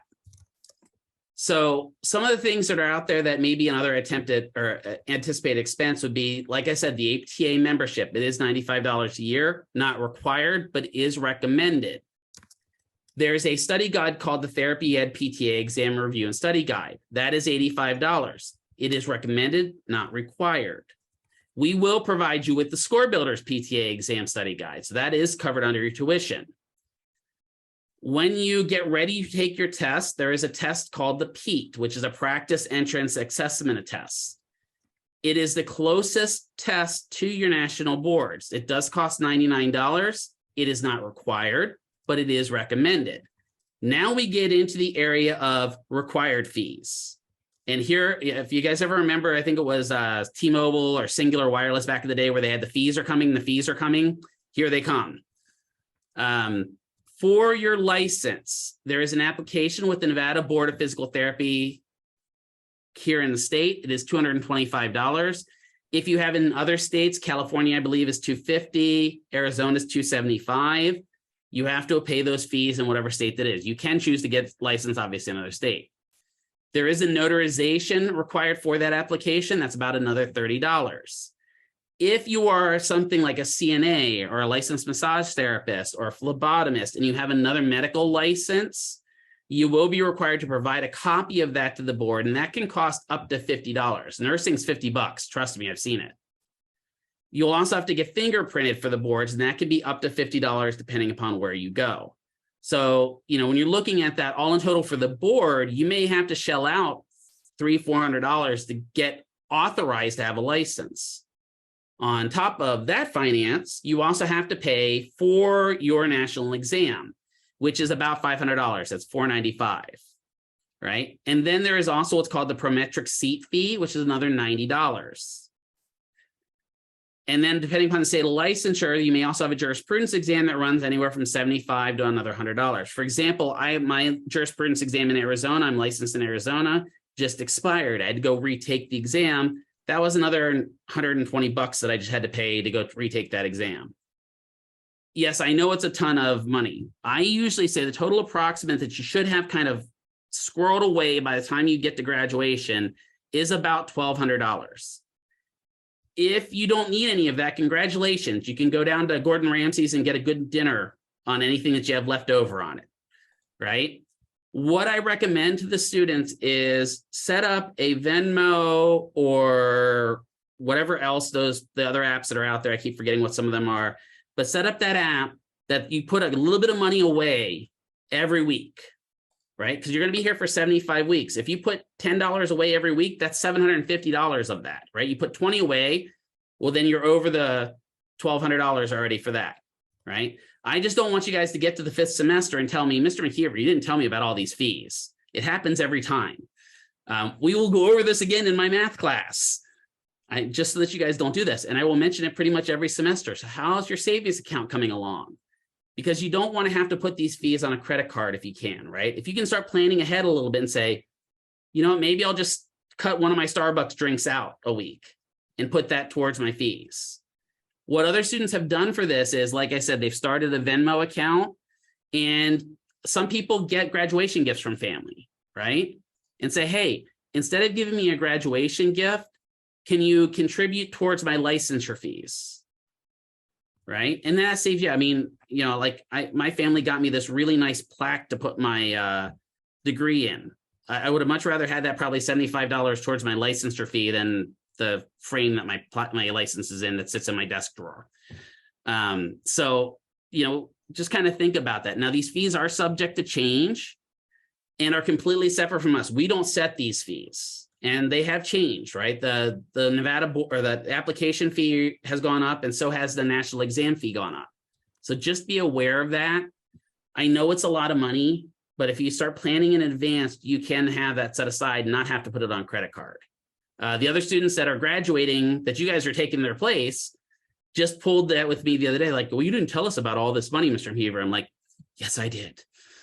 Many times. So just start putting a little bit of money aside now. It'll pay off in the end. Even if you only have, say, $800 then at the end of your program, that's $800 you didn't have to have for your licensure fees. It's really beneficial to put that money aside now. Any questions on those fees before I go forward? Be okay? All right, looks like everyone's falling asleep on me. This is great. All right, transfer credits. This is kind of, I think, my last little spiel here, and I can take a break and let Dr. Avruskin talk. I've gotten a lot of your transfer credits done, just to let you know. Transfer credits are for applicants who have successfully completed equivalent coursework within designated time frame. You're eligible to seek transfer credits. You have to submit your transfer or credit request with supporting documentation through your admissions rep that sends it to me, right? I have to correct that on this because it used to be that you just submitted it to me. It has to go through your admissions rep now first. They put everything in the system, you approve it, and then it gets sent to me for approval, right? Official transcripts must be provided to award that credit. The class must be similar in content with similar course objectives to our courses. You must have to have an equal or greater number of credits, and they have to be at least of an equal division level or higher. For example, if a student wants to transfer in CCM 210, the course has to be a 200 level course or higher, right? So that's usually a second year course. For the most part, just be aware of this. For the most part, most of the PTA courses do not transfer in, with the exception of maybe a PTA 110, which is the Introduction to PT course, if you've taken that course at either Carrington or at CSN, or the PTA 120, which is Intro to Kines. If you've got a kinesiology degree, I will usually let you transfer in that PTA 120, but you do not transfer in physical therapist assistant kinesiology, because that's a totally different kinesiology from what you learned in school as a kinesiology degree. So I will work with you. Don't worry on that. Some of you have already submitted some transfers to me, and I've gotten a good chunk of them done. I've still got another about 5 I've got to work on. And some of you may have noticed, if you've gotten your request back from me, that I found other classes that you could transfer in. You're welcome, first of all. Second of all, I do have to go through it. It is a lengthy process. This isn't something where I can just look at the course number and look at the class and go, oh yeah, that looks good, and just transfer it in. I have to go to that school's website. I have to look at their course catalog. I have to make sure it matches our course objectives. Mainly because, again, we are held to the standards by both those accreditors. And I want to make sure that your degree is valid when you graduate. You may not like me for maybe saying, no, this doesn't qualify, but you'll like me when you actually get a degree and that degree is valid, right? So please just be aware of that. If there's anyone that wants to talk to me about transferring in credits, we'll have a little bit of time after this class to talk to me about it, right? But all transfer requests have to be submitted by December 1st to allow me time to get them through. I know financial aid's already getting on me about making sure all your transfer credits are in. My phone has been ringing twice since doing this. So just be aware, I will work with you as obviously as much as I can, but my hands are tied a little bit on what I can transfer in, what I can't transfer in. Officially by PEMA, this is the standard. The grade has to be a C or higher. No more than 7 years passed since the course, right? Actually 5 years for us. It has to be similar in content and course objectives. It has to be the same division level. The credits have to be equal, and it has to be an accredited institution. Now, we don't guarantee transfer credits from other institutions, just like our credits aren't guaranteed to transfer elsewhere. That's one of the caveats to higher education, is sometimes transfer credits just don't transfer. And it's not that I don't like you, it's just that maybe it didn't match up to what the standards were for that class. You're welcome to talk to me about it if something got rejected, but if it's got rejected, it was because it didn't match the class itself. For example, I had a student once in one of the previous cohorts that tried to transfer in a course on just general English for medical terminology. Those courses don't match. I can't transfer those in. If you've had a medical terminology class, that may transfer in. But be aware that one of the things I'm going to recommend is, even if you transfer in classes, I would really recommend you what's called audit the class. Auditing does not cost you anything. It's free of charge. It's something we offer. And auditing means you can still sit in on the class, still get the education from the class, but you don't have to pay for it because you've previously transferred in a class. Why do I recommend that? We have adapted all of our even general education courses, like medical terminology, like law and ethics, like math and physics, to be specific for your job as a PTA. For example, in my math and physics course, I go over a lot of billing concepts and explain how those billing concepts apply to math, because that is more important. I still cover all the general math stuff, don't get me wrong. I still have to talk about what is a quadratic equation and all that fun stuff for math. But after all that, I think there should be some bit of that class that says, this is why all this is important, because you have to be able to help patients with their copays. You have to be able to help patients with understanding why you're seeing them for 45 minutes, right? Those things are important. Physics concepts. I make sure my physics class, when there's a concept in there about Newton's second law, how does that apply to physical therapy? Why is that important? So all of our instructors, and I'm really proud of all of the instructors we have in this program, have made sure that your content in your coursework is applicable to what you're going to need. Dr. Avruskin's medical terminology class gets me sometimes because she's got some really good things in there about making sure you're the most professional, educated, documenting person that's out there. So I love that my faculty does that. It's really important. So again, if you're not, even if you're transferred in, I really recommend you at least sit in on a few of the classes and learn. One of the classes I will transfer in credits if they're applicable, but I really do recommend you not missing or making sure that you at least attempt to audit is biology. Anatomy and physiology is a little different for physical therapy than you would normally get at something like a mammalian anatomy course. So just be aware of that. Anything else to add to that, Dr. A? No, that was really great. All right, I am going to stop. Do you want me to leave this slide up or you just want me to share, let you share screen, Dr. A? Do you want to give them a break? Like a quick bathroom break for 5 minutes? Sure, do you guys need a quick bathroom break? Okay, we need a quick bathroom break. So it is currently 2:28. Let's come back at 2:40. We'll give you 10 minutes. How's that sound? Do you want to pause recording? I'm pausing recording right now to find out where the pause was. It went away. Now it's recording. All right, welcome back from break. So we're going to talk about the clinical rotations and the clinical education part of the program now. There's a lot of details that I'm not going to talk about today because you'll just forget about them in the first 3 semesters, and I will reorient you to everything you need to know a couple of days before you go out on your first rotation. And I'll also be communicating with all the students throughout the program about clinical education. So it's not going to be a sudden, you're not going to just suddenly go out one day without any preparation. But I want to give you some overview of some things that you probably should think about right now.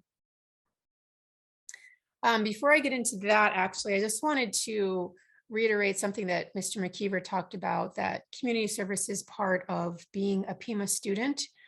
In semester 2, you'll be doing a full class, like the entire cohort or class will do a community service project together. And you can certainly start to think about that now. If you have any charities or causes that you particularly favor, that you might want to present to the class as a possible way to do community service, we'll be talking about that in my class during that semester. So just know that for community service means you either donate your time or money or your blood. That's what community service is. And so in semester 2, you and your classmates will decide which type of donation you would like to give as a class. So, food drive, collect shoes and give it to people who need it, collect socks, go to a place and volunteer 2 to 3 hours on a weekend or on a Friday, or some people will bring a blood drive to the school and have students donate their blood. So that's another possibility. So just something to think about. Okay, clinical education. So we call it, there's lots of different words for clinical education training. PT and PTA programs tend to call them practicums. Okay, that's different than practical. A practical is a skills test that you do in the classroom. A practicum is when you go to a clinic and use your skills on a real patient. Also called clinical rotation, clinicals, internship or externship. So you'll hear all these different words at PIMA, but they all mean one thing. This is when you are full-time in the clinic, not coming to the classroom at all, and you're in the clinic under the supervision of a PT or PTA treating real patients, using the skills that you've learned in the classroom. These are the dates for your rotations. Okay, and we send these out to you in other documents, so you don't have to copy them down right now, but so your first rotation will be September next year. As Mr. McKeever mentioned, we do random drug testing while you're in the program. Students, if they refuse to do a drug test or they give excuses for not doing it, that is a voluntary termination from the program. Okay, so you do not have a choice about whether to do the drug testing immediately as soon as we ask you to do it. You can't say, oh, I'll do it next week, or whatever you have to, if we say, okay, you have 24 hours or 48 hours or 70, whatever it is, you have that time period, you have to go and get the drug test within that time, okay? Remember, if you use marijuana or CBD that has THC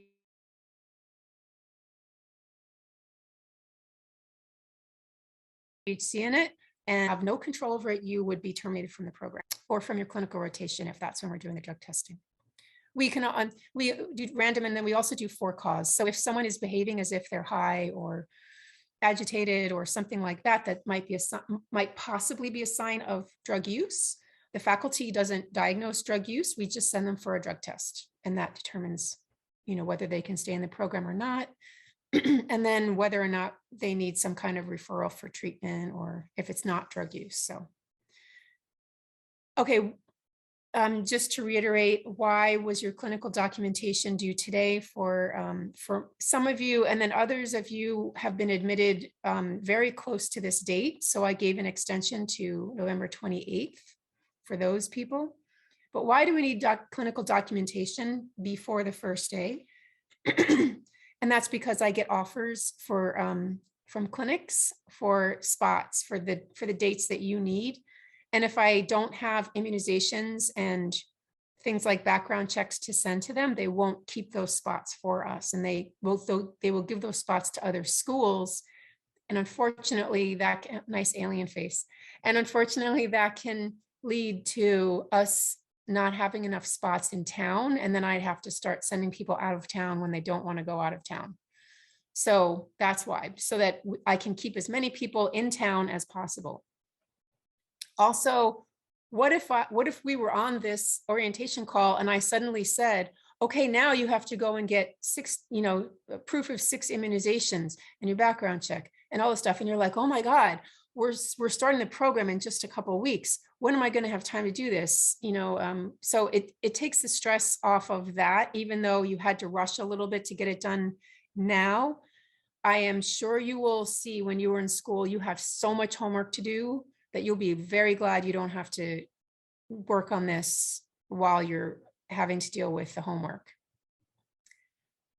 Just a reminder, more than half of our clinical sites now require COVID-19 vaccinations. So and students who don't have the COVID-19 vaccination have much limited choices than students who do. And PIMA can't guarantee placement for students who don't have COVID-19 vaccination if that's what's keeping them from being placed. So that's the student's choice. Okay, everyone grab your phone. And 1 year from now, so November next year, please put a reminder in your phone to repeat your TB test, whichever kind of test you got, whether it was the 2-step or the quantiferon or the X-ray. Okay, put a reminder to renew your TB test and your physician release, because those only are good for 1 year and then you have to renew them. So everyone's going to have to renew those once in the program. And I'm not able to provide reminders, so because everyone's renewal date is different. So each person needs to set your own reminders for that and send me the documentation when you get those renewed. If you have CPR already, also put the expiration date of that in your phone so that you can renew that and you're not out of compliance during the program. If you have started any immunizations that are more than 1 injection, like it's what we call a series of shots, if you started them but not finished them, then please put reminders in your phone to finish these. And this would include the 2nd step of the TB test or the 3 steps of hepatitis B and polio. Those are the main ones that are a series. Some hospitals require a 2-step varicella vaccination. I know that's out there, but they haven't required it of our students, so I don't require it. I only require one vaccination for varicella. So if you hear about that 2-step, we're not requiring that right now, so you don't have to do it.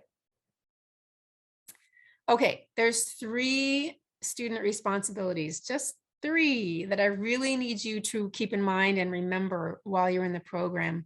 Keep your clinical documentation updated, which is what I just talked about. So make sure that any incomplete series, you have finished them before the 3rd semester so that you're ready for rotations, that you renew your TB and physician release once during the program when it's due. Okay. The other thing is, as of today, you cannot contact any clinical sites or facilities in Southern Nevada, actually anywhere, not just Southern Nevada, to ask them to do your rotations there. You are not allowed to contact facilities to ask for a placement. Okay, they only want to hear from people like me, one person per school from the faculty that is the clinical director. They don't want to be inundated by calls from students from every single program in the country. And if they do hear from a student in the program, they hang up on them and they call me and they say, stop your students from calling us. Students should not be calling us, okay? So even if you know people in the community, let's say you know someone who's a PT or you're a tech somewhere, you cannot approach them about a placement in the clinic, okay? That's an APTA rule. That's a rule of our national association. That's not a rule that PIMA made up or that I made up, okay? I'm the only one who should be contacting facilities to ask for spots. Okay, and all questions about clinical practicums, you should ask me, not any of the other faculty. Okay, the other faculty are knowledgeable clinicians, but they don't have the answers to the questions about PIMA practicums. I do. I make all the contracts. I know everyone in all the clinics that we work with or that are interested in having students. I know the legalities. I know the regulations. So you should ask me directly, and you can do that easily by email. I answer email really 7 days a week. So anytime you want to send me a question, please do. Okay, so this goes from today until your day of graduation. And to be honest, I'm just going to send you to Dr. Avruskin anyway if you ask me any questions. So it just saves you a step. That's what the faculty is going to do. If you approach them with a clinical practicum question, they're going to say, please talk to Dr. Avruskin. Okay, so they'll remind you about that. So those are your 3 student responsibilities. Keep your clinical documentation updated. Don't call any clinical sites and ask me all questions. Now, if you have a question about a clinical site, ask me about it and I'll explain the process to you, okay? Okay, when you are in the clinic, you are not in the classroom at the same time. We don't split our days. You're in the clinic for the entire day for whatever their schedule is. Some clinics are 8 hours a day, some are 12 hours a day. It can be any day of the week. Inpatient, like hospital and rehab centers, are always open and often have rehabilitation schedules on Saturdays and Sundays. Outpatient facilities, not so much, sometimes Saturdays, but mostly Monday to Friday. So really you could be in the clinic any day of the week. We can't predict what that's going to be until you choose your clinical site. You will be following the schedule that the clinical instructor sets for you. Okay, now that's probably going to be when they're on premises mostly, but sometimes they'll have you come in to do something else when they're not there. And the reason for that, there's many reasons. They want you to learn something from someone else. You need more hours than they can offer you, so they're going to have you with someone else for extra hours, or many other reasons. But this clinical instructor will set your schedule, and the student cannot request to have those hours changed. There's no negotiation with the clinics on the hours. And so by semester 3, you should have backup plans in place to take care of things like if you have an outside job, or if you have, family care issues, you should have a backup plan so that you will be able to fulfill the schedule that the clinic sets for you. As Mr. McKeever mentioned, there are no absences that are approved for the clinical rotation. There's no vacation days, there's no PTO, there's no requesting time off. We've had students request you know, because they want to go to someone else's graduation or plan their own wedding during the clinical rotation. Don't do that, please. That is not a good idea. If you're planning a wedding, plan it before or after, or most, you know, probably you want to wait for graduation so that you know that you're going to have the time that you need. If you have a doctor's appointment scheduled during the practicum, you need to reschedule it to a day that you're not expected to be in the clinic, or to before or after the clinical rotation is scheduled for. Family and pet care issues are not acceptable for absences either. And if you have a job, that job has to be second priority. The clinic is first priority. So if you have a job with a schedule that, you know, let's say starts at 3 p.m., that's going to have to change during the clinical rotations, or take a leave of absence, because clinical rotation schedule cannot be adjusted for someone else's job. If there's a holiday that occurs during the practicums, let's say the clinic is closed, like July 4th or something like that, that's fine, but you have to make up those hours. So you're not gifted those holiday hours, okay? So if the clinic is closed for July 4th and you have an 8-hour shift, then you're going to have to add another day to the rotation. And that's usually during the week off between semesters, because that happens right after your rotation. Okay, so any missed hours is going to be some problem solving that you have to do with your clinical instructor to find those makeup hours. If the clinic is open during a holiday, but PIMA is closed, like for July 4th, the campus would be closed, then we can't force the student to be at the clinic on the holiday. The student can choose to not go to the clinic, but you still have to make up those hours. You just have to do those hours. Those hours are not gifted to the student, okay? And you do have to plan and arrange your absence well in advance with your clinical instructor. You can't just not show up on that day. You have to treat it like a real job, like you're really employed there. Does that make sense to everyone? Are there any questions about that? Okay. People ask me, how are clinical rotation spots assigned? Well, I take your names and I randomize them in a ranking list, and that list changes for each of the 3 rotations, so that everyone is at some point near the top of the list, and then everyone is then at some point near the bottom of the list. And then you get to, the first person gets to pick first, second person gets to pick second, and so on and so forth. So I did a quick list here. So here's practicum 1, practicum 2, and practicum 3. You'll see that the first 5 people are in this green shading, okay, and then the middle people are blue, and the bottom is, what is that, pink? Let's say pink. I can't tell what color. I think it was supposed to be yellow. So this is the order for the first practicum. So Ashley will get to pick where she wants to go before everyone else. And then Jasmine comes in and she can pick anywhere except what's taken already, and so on down the list. The last person on the list will be left with the last clinic, so they won't really have a choice.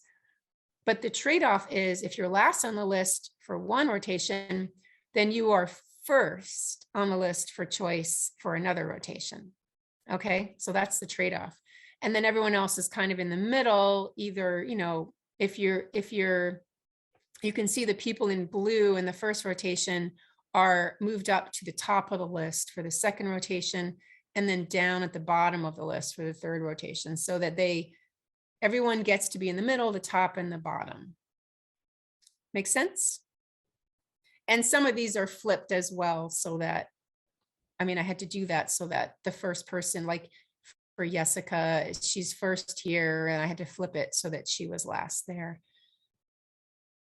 Okay, and of course I will post this list for you on Blackboard during the program. Okay, people ask me, when would we have to go out of town? only in two circumstances. One, if a student requests to go out of town. So if anyone wants to go out of town for one of their rotations, you know, to a different state or a different city, just send me an email request and I will explain how we do that. Okay. All you have to do is just tell me what city and state you want to go to, and then I'll explain to you what to do. And then the other circumstance is out of necessity. As I mentioned before, if we don't have enough spots here in Las Vegas for the particular dates that your rotation is, then instead of leaving people behind or delaying their graduation, we go out of town and try to find spots either in Reno or California, Utah, Arizona, or wherever we have to go to get you a spot so that you will not be delayed in your progression through the program. And as I told mostly everyone during the interviews, it hasn't happened in a long time. I'm going to knock on wood on my desk. I hope it doesn't happen again, but it has happened in the past. But we'll just hope and pray that it doesn't happen while you're in the program. Okay. If you haven't already watched the clinical documents explanation video where I explain all the clinical documents, please do. It will clear up a lot of things and save us time today. And then also please watch the PIMA welcome video. Explains everything from email to the student portal and pretty much all the basics of being a PIMA student. These links I sent out to you with your welcome email. And so, and that was sent to your PIMA email address, not your personal one. So check your PIMA email address. We are only allowed to communicate with you using our PIMA email and your PIMA email from now on. And so you'll need to check your PIMA email address inbox at least once a day. If you don't want to do that, then forward it to your personal email so that you don't miss any emails from us. Okay, so that's how we communicate with people. We don't text or direct message on social media. We email. So I know that we have had some students that felt like email was like slow and old fashioned, but it is still the official way to communicate between the school and students. For anyone who is not here with us live today, you will need to turn in your attestation form by November 28th before midnight to keep your seat in the program. And I did send out the attestation form to everyone, but if someone didn't receive it and they're watching this recording, just email me and ask me for that attestation form. Any questions?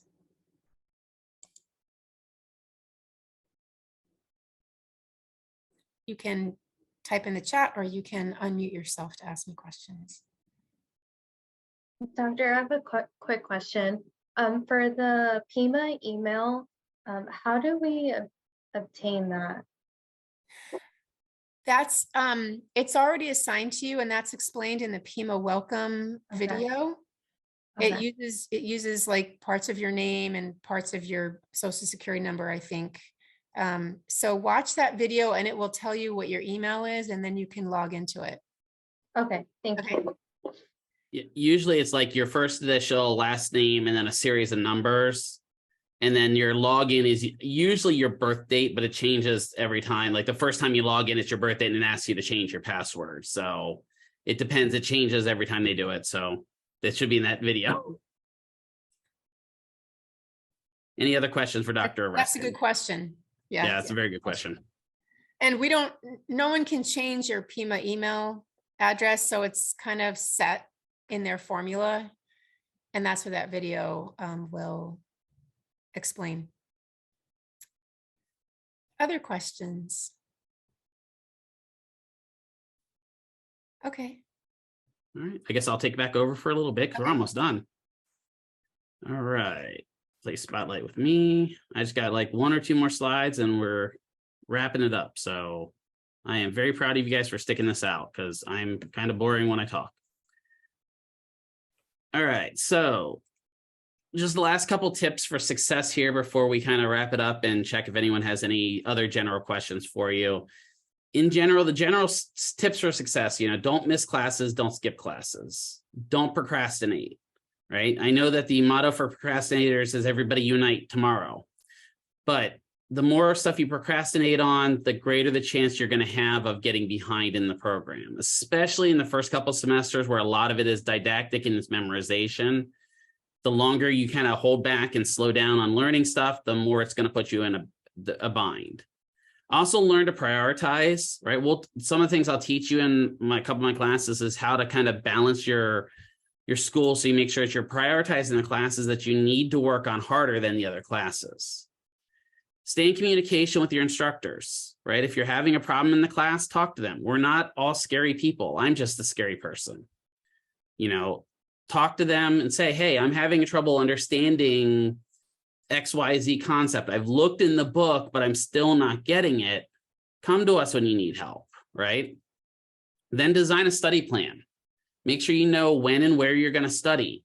For me, when I was in PTA school, I had to set my office aside. And what I did was I had a little flag that I would put on my door. When I was studying for PTA classes, I put a flag on my door, and that meant nobody bother me for that hour or whatever that I was studying. Didn't even matter if it was dinner was done or whatever. That allowed them to know that this was my focused study time. I needed that time to study to get through things. And then also get appropriate nutrition and rest. This is something a lot of students forget about, right? But you can learn all the material you want. If you don't sleep at night, you're not going to retain that material. So you've got to get the appropriate amount of nutrition, the appropriate amount of rest. That just involves also keeping your exercise intact and everything like that so that your body has the ability to absorb the most knowledge it has. Now, if there are any questions, I have my email address on the screen there. It's also iMessage and Google Chat as well. And then my office number is there. Just to let you know, that's about this presentation or anything about the first day. If it's about financial aid, anything like that, I have not a clue. So I can't really answer those questions for you, right? But again, I will post this PowerPoint for you guys as well and send you out a link with it. That way you have it. But just be aware that we are here. We have a vested interest in you guys succeeding. You know, that's the main thing you need to understand. We are judged on how you guys succeed, and we want you to succeed. There may be a couple more of you guys added by the time we start the class. We'll see. We've got a couple more interviews coming up this week. And the more the merrier. But you'll never have more than 26 people in your class, and you'll always have access to your faculty. It's one of the things I pride this program on, is we are always available for the students. All right, I'm going to move my Zoom meeting over here so I'm not staring at my laptop. Are there any questions about the presentation at this point? Save the questions for transfers in a second when I stop recording, if there are any. But are there any questions about the presentation or clinicals or anything that you have about the program? Everyone stares at me creepily. It's great. All right, so I'm going to stop recording then. All right. Actually, no, there was one thing that Dr. Avruskin and I did want to touch on really quick, and it just happened to come in my head before I stopped recording. For those of you that are techs, one of the things we've noticed in the past with our tech students that come in as techs, because they've got a lot of experience working with patients and sometimes more than they should, you tend to have this idea that you think that you might know this or that other thing. Please understand it's not the time for you to teach the other students what you might have learned in the clinic, because there's a good possibility what you learned in the clinic wasn't correct, right? The instructors are those who should be teaching. You shouldn't take, there shouldn't be any, oh, well, you know, I learned how to do a spinal mobilization. Let me show you how to do it. This is the way my PT showed me how to do it. That shouldn't be going on in the school here. That's not the time for it. We are teaching you how to become PTAs. And some of that involves a little bit of humility and understanding that maybe you don't know everything. And again, I had to learn that myself when I was PTA. Just you're there to learn. You're not there to teach somebody else. Again, you may have a bad habit that you developed in the clinic. You don't want to pass that bad habit on to somebody that's already in the clinic, right? Just be aware of that. Do you have anything to add to that, Dr. A? Yeah, a good rule of thumb is students cannot teach anything that the instructor didn't already teach. So if your classmate says, hey, what did Mr. McKeever say about this muscle test? Can you show me what he did? You can show them what was taught in class, but don't teach them anything that was not taught in class. Very good. Yeah, I just happened to think of it as I was getting ready to kind of stop the record. I was like, that's a really important thing to kind of think about. And again, I'm not gonna, I'm not here judging if you are a tech and you're like, well, I learned all this. That's great. That can be a really benefit to you to studying and learning the profession. But remember, you're taking that next step forward. So you're going to learn why you might have done all those things, which is often more times important. The big one that I always find out is when we get into modalities, most of you as techs will learn, well, yeah, I put electric stim on these patients. So how did you set up the machine? Well, I turned it on and turned up the power. Well, there are specific settings for every single patient. And so you have to learn those. That's the difference between a PTA and a tech, is really learning what you're doing and why you're doing what you're doing. It's really important. And unfortunately, we're seeing a pattern in the community, the PT community, that they're teaching techs things that they really shouldn't, that are way above their skill or educational level, and they are things that only a licensed person should be doing. And so just because you did something in the clinic doesn't mean it was legal or ethical or the correct way. And so that's something else you're going to be learning in the classroom, is what is the scope of practice? What is appropriate for certain people to learn or to do? And you're probably going to be surprised at some of the things that you've been seeing people do in the clinic and that they're not legal. Any questions on that? All right. If not, I'm going to stop recording here.